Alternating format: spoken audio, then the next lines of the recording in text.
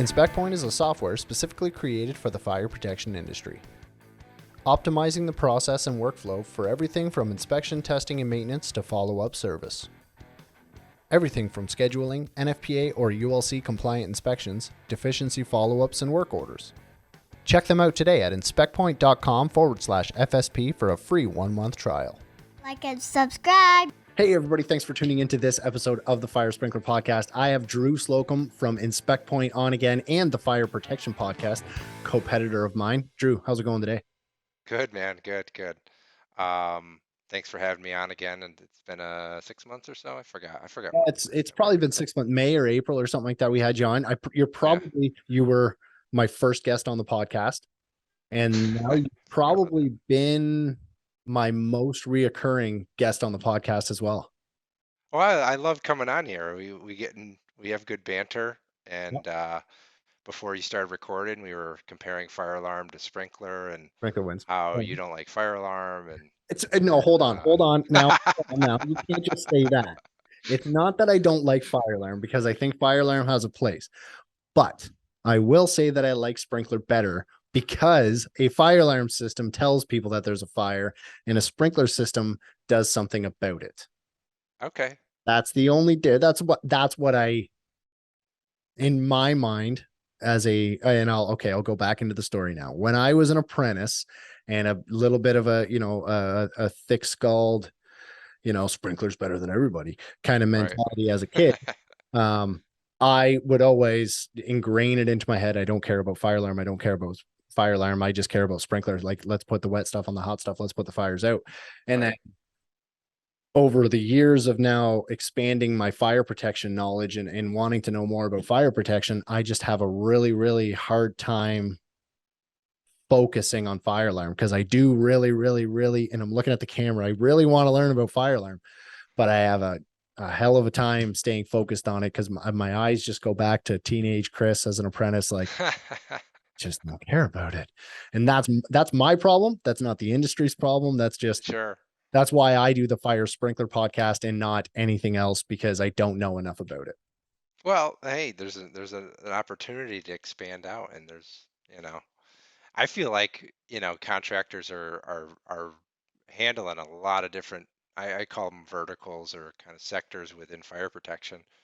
You break it down into fire or fire alarm, whatever you want to call it. Yep. Then you have fire sprinkler, and then fire suppression, which is more like the clean agent, kitchen suppression, anything with like a chemical, right? And then you have kind of extinguishers, that's its own thing. Yep. And then kind of like different life safety aspects like doors and dampers.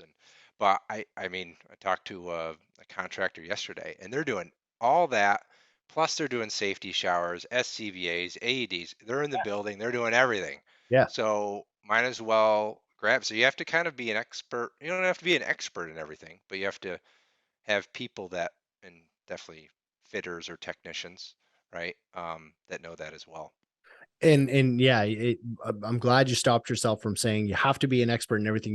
You individually as a business owner, manager, fitter, etc., you don't have to be an expert in everything, but you do have to know. I've said it 1,000 times, is you have to know what you don't know, and you have to accept your limitations. And that's where education, additional training, things like that. Apprentices out there, if there's any apprentices listening or watching or whatever you're doing, it's not, I got my ticket, I'm a fitter, I don't have to do anything else, or a journeyman sprinkler fitter, whatever you want to call yourself.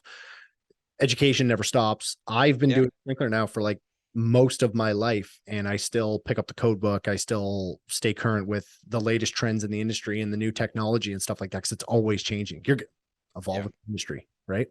Yeah. Yeah, there's some interesting, and I always, there's so many different, and then I didn't even mention security. Security is a whole different realm, another right? ball game that a lot of people are getting into too. Yeah. Security, and that's kind of like it's not really regulated. We're having to dive into it pretty quick, because a lot of our clients are in security because they're in the building, right? So learning about cameras and CCTV and just door access controls, and it's like, oh wow, this is I'm always looking to I did that when we started in Spec Point. We were kind of focused on sprinkler because it's a little more complicated with the inspection piece, and then obviously branched out into suppression and all that. But fire alarm, obviously, it's the brain of the system, right? Brain of the building as far as fire goes. Um, so that's super I don't want to say super complicated, but it's everything kind of talks to that, right? Yeah. Yep. Um, and then separate from that, it's kind of like the security end, which they can sometimes talk to each other that go up into the building controls. So, um, yeah, there's a lot to learn, and I guess the more a fitter technician knows, I think, or anybody like anybody in sales, the more power you have as an individual in your career, right? And and eh, as well as making sure that you're sharing that knowledge with you. You can be the smartest guy in the world, but that's not going to help you at all if you get hit by a truck tomorrow, Oh yeah, I right? know. Yeah. You have to share that knowledge. That old adage of the apprentices don't come into the valve room when you're trimming out a valve is, I like to think in our industry it's gone, but I know there are still situations where that happens. Don't worry about it. You're not going to understand it anyways. Wait, that was a thing? Hmm. Oh my gosh. Oh Wow. yeah. That used to be a thing. Like, hey, we're doing the fun stuff. We're doing the trimming and the valves, and you're a first year. You don't need to learn any of this yet. Get in That's there, get your hands crazy. dirty, and figure out how it works. Right. Wow. My opinion now, and again, it has gotten a lot better. The industry has gotten a lot better with sharing its knowledge, and I like to think it's just because of the availability of the knowledge, social media, Yeah. anywhere on Yep. the internet, podcasts. If Yep. it's an awesome one like mine, or an like yours.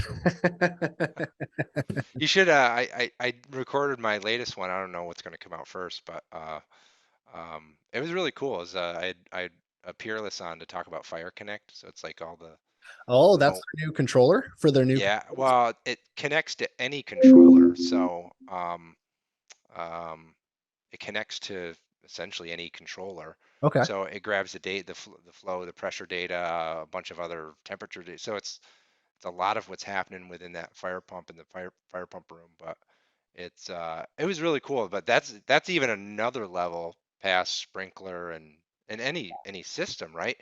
You got to start knowing like almost like IT at that point if you're a fitter or a tech Well, and again, troubleshooting. not even knowing how to do it, but knowing where to get the information from. And Yes. companies Yep. like Vitalik have gotten really good with, instead of getting a 47-page pamphlet on how to operate their valves, you get a QR code, and you can Oh, scan nice. the QR code, and it automatically links to the website where it shows you resetting instructions and troubleshooting instructions and stuff like that. And they're along with, I think, a lot of the manufacturers are starting to put QR codes on the valves now. Yeah, I think Viking was the first but that was just a data sheet, right? It's a static data sheet. Yeah, that's right. Uh, I like what Victalic's doing, with the video. I think you could even go further. I wish they were because embedding a QR code and what we found with InspectPoint, if you can embed specific information about the valve, year it was made, Mm-hmm. what model it is, what manufacturer, obviously. Um, did I say year, serial number? Some of that data is very powerful to the inspection or service contractor because essentially you can click that and it can kind of be smart and populate a few things. Like extinguishers have it. Extinguishers have it already. Some of the premium extinguisher manufacturers, you literally hit a QR code and we populate 10 pieces of information from one thing. So it kind of speeds up and optimizes that inspection. I wish that Sprinkler was doing it more than the data sheet's important, but I think the information about the actual what year Yeah, valve it is, because I feel like dry valves are changing every couple of years it for seems powder like they media. are. Yeah, and it Yeah. seems like a lot of the manufacturers now are starting to, I won't say all come out with a similar product, but the same types of the same types of add-ons to the systems are becoming kind of prevalent across the entire industry, which is good to see. Everybody's really jumped up their levels. Have you Yeah. seen, speaking of like the internet and stuff like that, not internet technology, now speaking of the internet, um have you played on Vikings virtual, I call it the virtual valve room? I've done it. I think I did it at a trade show, I believe. I've seen their augmented reality, which is really cool. Yeah, I think it's ahead of its time. I haven't done the Valve VR yet, and again, that's ahead of its time too. that's really. Where, um, but I I wish it was more real world, right? I think it's good for training, but I think you have to be at their facility to do it, right? Yeah. I don't know. I thought it was portable. I did it at their facility, but I don't know if it is available. Like I'm sure it'll be available portable On to. an Oculus or something. Yeah, it is on Oculus. Okay. So they did tell me that there was a link to where you can get it and download it on Oculus, and I was super pumped up to get home and find it because I'd have my kids trimming valves, resetting dry valves and stuff like that. But I couldn't find it, and I'm not very up to date with the whole VR type of setup. Yeah. Right. I Yeah. go on there every once in a while and I play whatever Beat Saber, swinging the wand Yeah. around. Yeah. Yeah. The kid's a maniac at it. Um, I basically just do it so that they feel good about themselves because I don't let my kids win, but that one I can't. I can't beat them. Can't win. I can't win. No. Yeah, that's fine. I think it is helpful. There's probably a lot of technology, and they dumped a bunch of money into it. Um, Yes. I definitely ahead of its time, and I hope they're getting a return on that. It's just, you know, they got to go into old. Do they do older stuff, or is it just their newer stuff? I think they started with the newer stuff as a kind of branding to get out there, Yeah. information out there to kind of help launch newer products. And I think they are working on going back, but it is because of the setup they're doing with the Oculus. There's a lot of work involved with what they're doing. I do know, and I'll talk to Joe before I actually put this in there, and I'll edit it out if I'm not, and it'll stop right now, and we'll go into the end of this. Um, Yeah. Joe's working on something as well with Joe Meyer, MeyerFire.com, Yeah. Fire University. Anybody who's listening and doesn't know who Joe is, you should. But he's working on something right now where it's not an Oculus type of VR, but it is through the website where you can, if I hit this valve, what happens? If I do this, what happens? If I do this, what happens? As a kind of test procedure for Meyer Fire University. So we have, Interesting. yeah, and it like talking through the procedures with him and can we make something do this? And then in an hour, he sends me a link to a website and like, yeah, if you twist the riser manifold and you set it to test, you'll only get a little bit of water out of the 2-inch drain. But then if you put the 2-inch drain flow test on and open the valve, you get a ton of water out the drain. I'm like, holy dude, it's been 45 minutes since we came up with the idea. Why do you have this done already? That's funny. His is like I said, it's not going to be the VR, but it's still a really, really, really awesome concept that I'm super pumped to see. I think we're implementing something at some point next year where you literally walk into a valve room and there's going to, and with inspect point, whatever systems, you'll know what systems are there, but there'll be a file there where you can do a 360-degree or 180, whatever you want, Yeah, view of that room. So you're not even there, right? That you'll have to grab that data file, but sure. essentially it's a 360 or 180 view of that room. So, say there's 5 deficiencies to get written up on this wet system, this dry system, or with this compressor or whatever.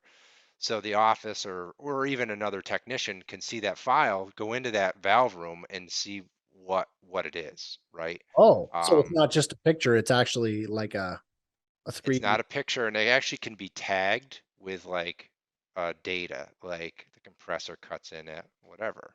So that could be tied back into inspect point as well.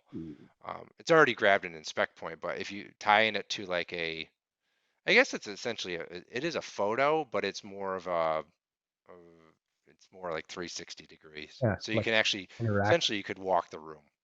Oh, that's really cool. Now, are Yeah. you going to be utilizing that more for the remote testing aspect of things as well? Like if you're doing a remote test and somebody has, I've never done a remote test before, but if you're doing a remote test, somebody kind of is the idea for the remote testing, somebody has like FaceTime on and they open this valve and you generally speaking know what the valve room looks like ahead of time.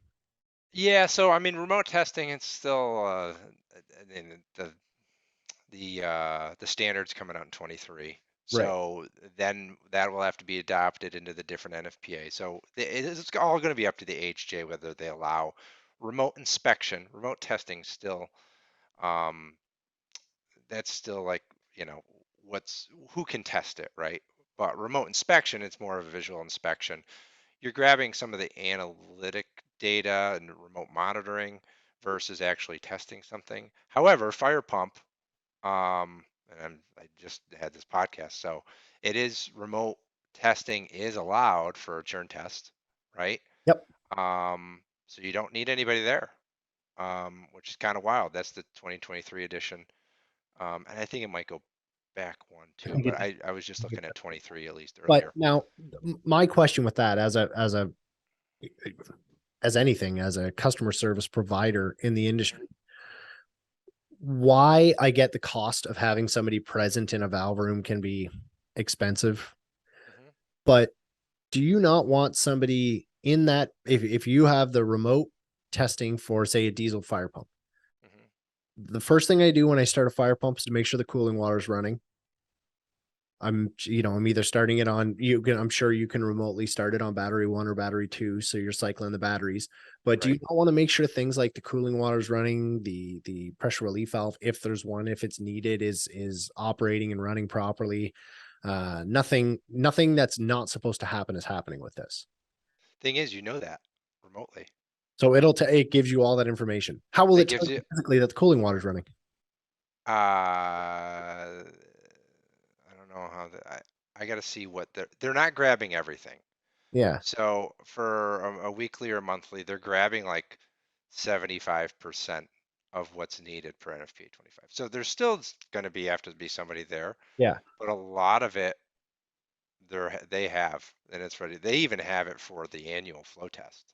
If you have the flow meter already, if it's wired into the module. Really? Now, yeah, they have that. So, but you still need eyes there, right? At Yeah. this point.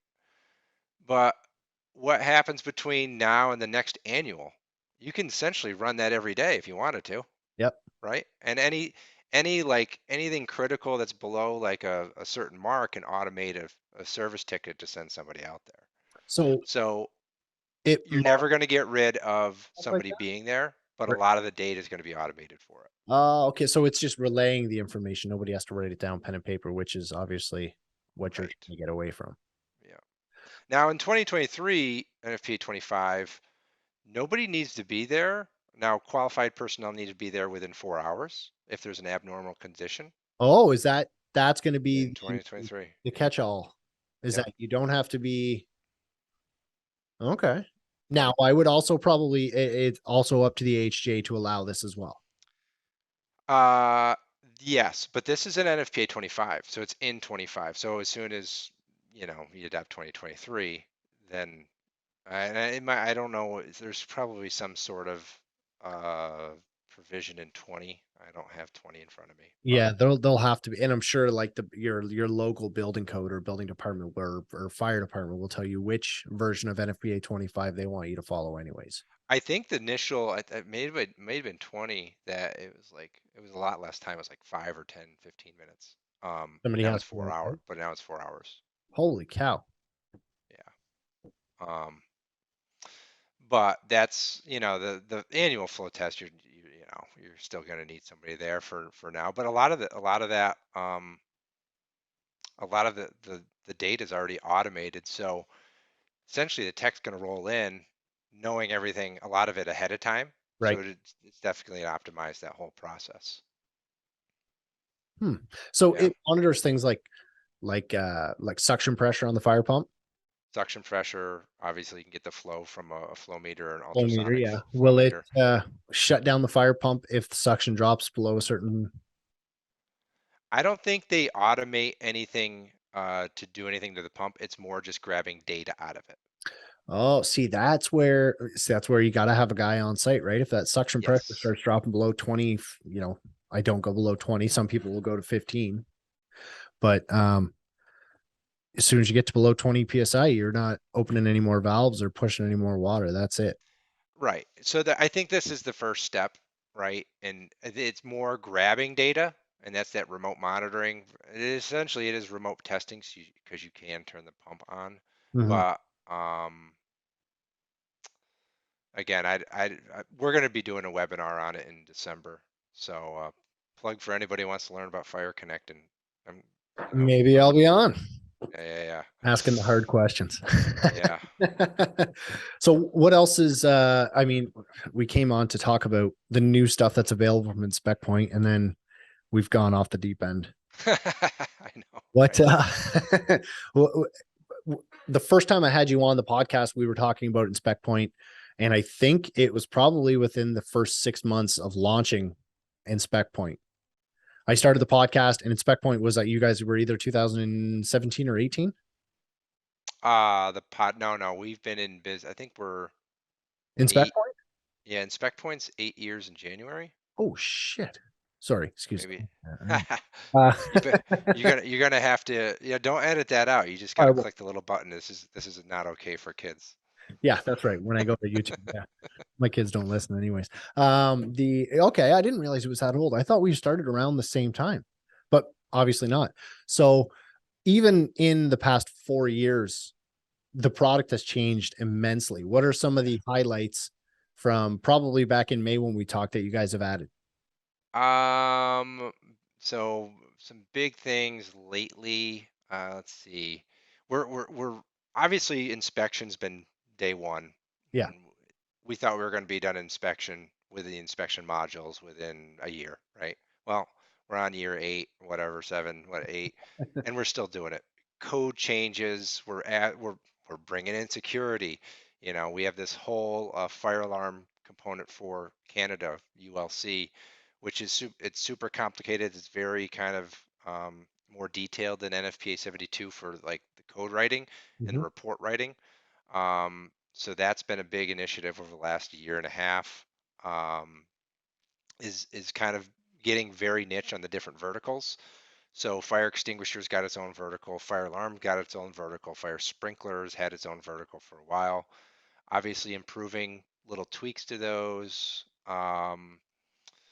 But all the compliance and inspection that continues to grow, but we're really focusing a lot on the service and dispatch, where it's more of a field service, a full field service management. So there's 100 different service platforms out there that do a variety of different industries, HVAC, pest control, whatever, right? Well, there's software like ours now that is super niche to a specific industry. And then even inside that, the fire alarm techs look different than the sprinkler fitters, right? And they still do, even though there is some crossover. So making it very easy for that fitter or tech to perform their job. The focus is on them. And obviously, right behind that is the back office reviewing those reports and getting quotes out. But putting the power in their hand, almost have that tech or fitter be that salesperson, Right. depending on how you want your business flow to go. We've added a lot of those features for the tech to write up proposals right in the field. So I think the younger generations are coming out in the field, right? They're more, they're a lot used to, they're more used to the technology, right?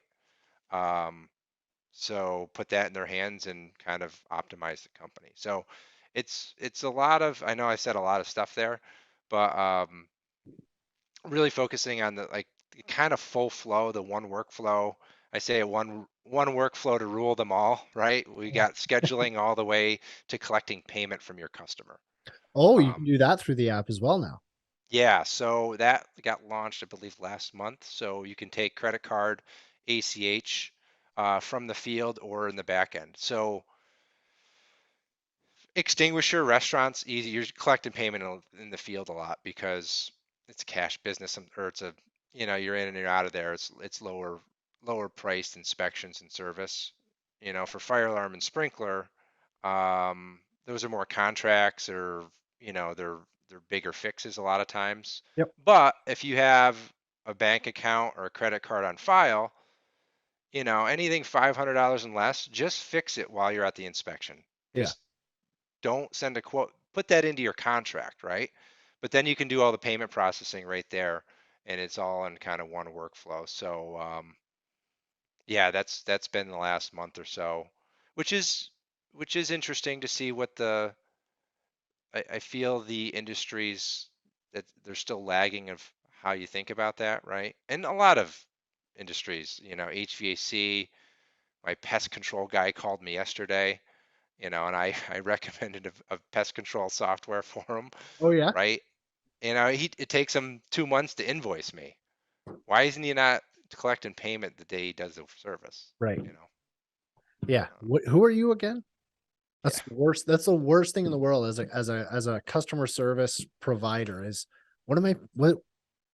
which invoice is this for? Oh yeah, we sent it a week ago. We were there 2 months ago.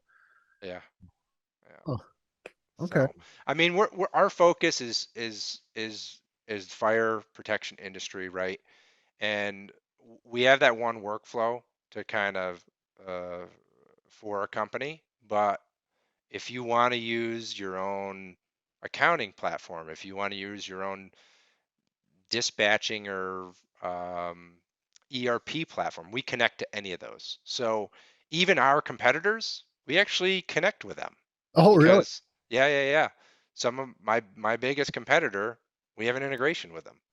Um, so yeah, The benefits. it's that competitor thing. Yeah, that's the competitor. I don't know if a lot of other industries use that term. No, I haven't heard it until you brought it up, No. actually. It's only because like I mean other software companies I can't imagine them being super pumped about like yeah absolutely you could 100% can change my reports into yours. Yeah. Make it really easy to switch customers. Are you finding a lot of the techs using iPads or the phones more? Ah, good question. I talked to somebody yesterday. They're using phones. I still like the iPad for fire alarm inspections, Yeah. and fire sprinkler inspections because they're a little bit more detailed and they're larger. Um, but for any service, emergency service, scheduled service, or extinguisher Yep. service, it's all being done on the phone. I know, if I were in the field day in, day out, I'd probably get a large phone and Yeah. then just use that, honestly. Um, I feel like, and if you need a stylist, if it's, because we adapted on the phone pretty well. Yep. But you're in the field, sometimes it's tough to zoom in if you have a big inspection. And it's also like, I mean, to have a guy staring at his phone when he's walking around your building, that's you still get into that.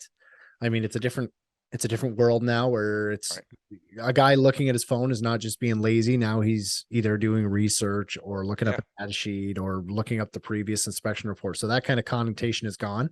Yep. But it's still, if I see one of my guys, if I show up on site and he's staring at his phone, chances are he's not working. Right. So Yeah. that's the kind of mentality you got to get over, which I think is starting to get there, but I don't think it's there yet for some of the older guys in the industry. Yeah. I think there's so much data that, like, you're not even looking at an old inspection report now. You're actually looking, I mean, we pre-populate a lot of the data where it'll automatically flag you if you have a degradation in water supply from last time, right? Right. Or if your fire pump's below the degradation last time. And so we're sending some alerts to the technician, so it's you're not having to file through a lot of that. But no, I get you. If uh, you're on some of the Facebook Yeah. fitter and technician groups. Those are fun, right? There's a lot of interesting things that is being done with the best. How do you say this politically? There's a lot of shit work out there that people think is good. That's as political as I can get.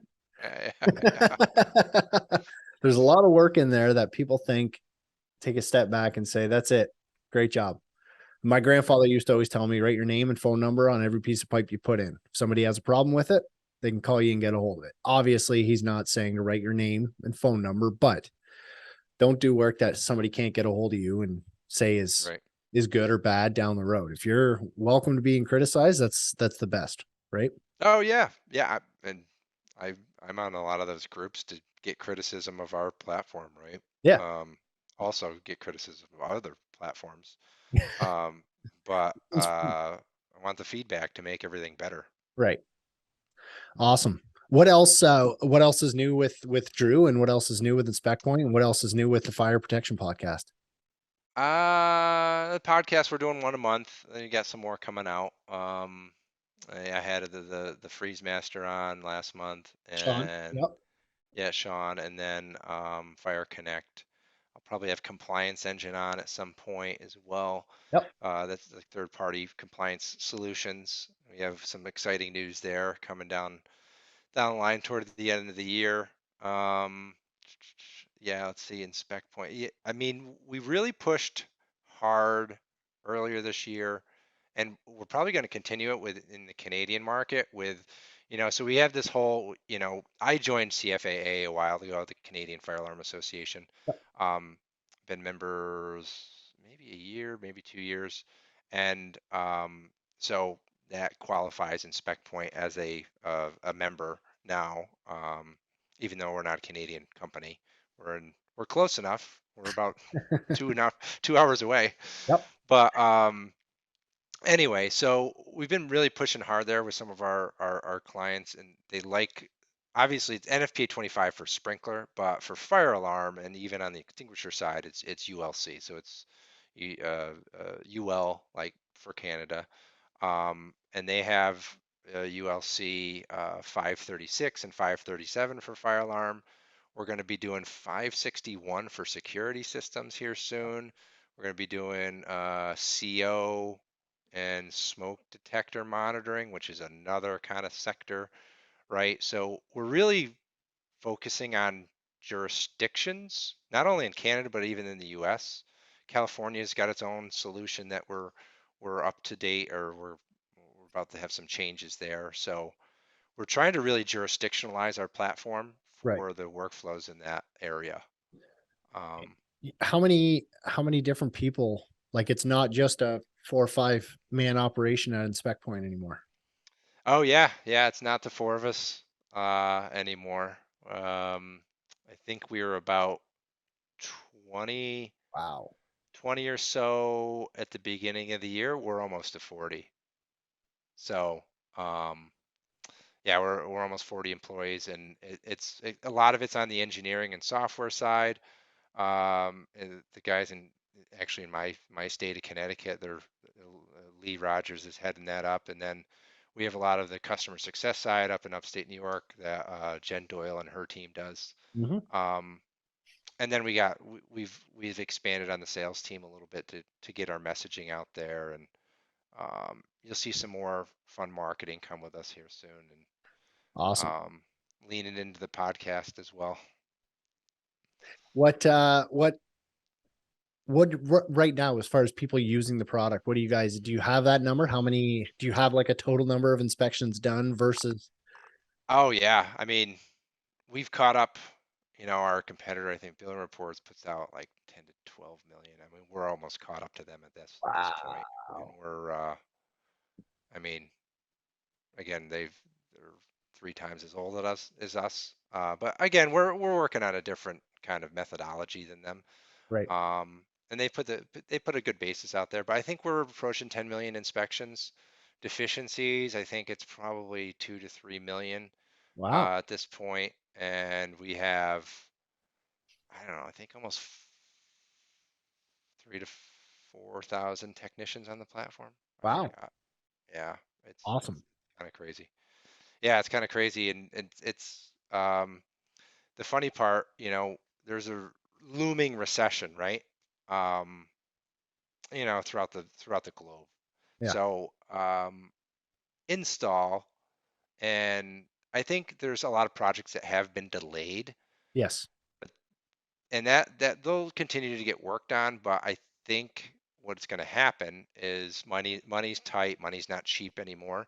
So I think that some of that's going to shrink, and a lot of pipeline has shrunk from the install side.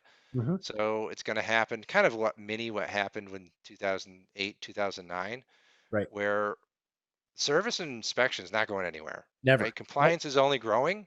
Yep. So that, there's going to be another swing back toward this recurring revenue and inspection and testing. And Um, probably almost to a higher standpoint, I would think, because if it gets to the point where buildings are sitting empty again, fire department jobs are not going away. No. Fire prevention officers, inspectors, things like that are still going to be going around and making sure that these buildings are being maintained. Yep.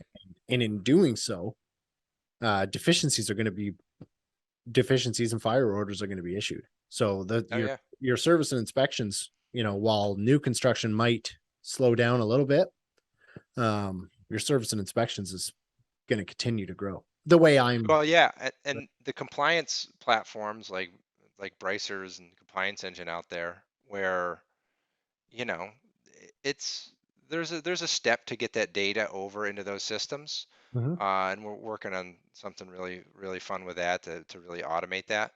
But that's going to essentially it pops up to a fire official saying, "Hey, I've got 4 critical deficiencies on these inspections that happened yesterday. What's happening to them?" They can reach out to the building.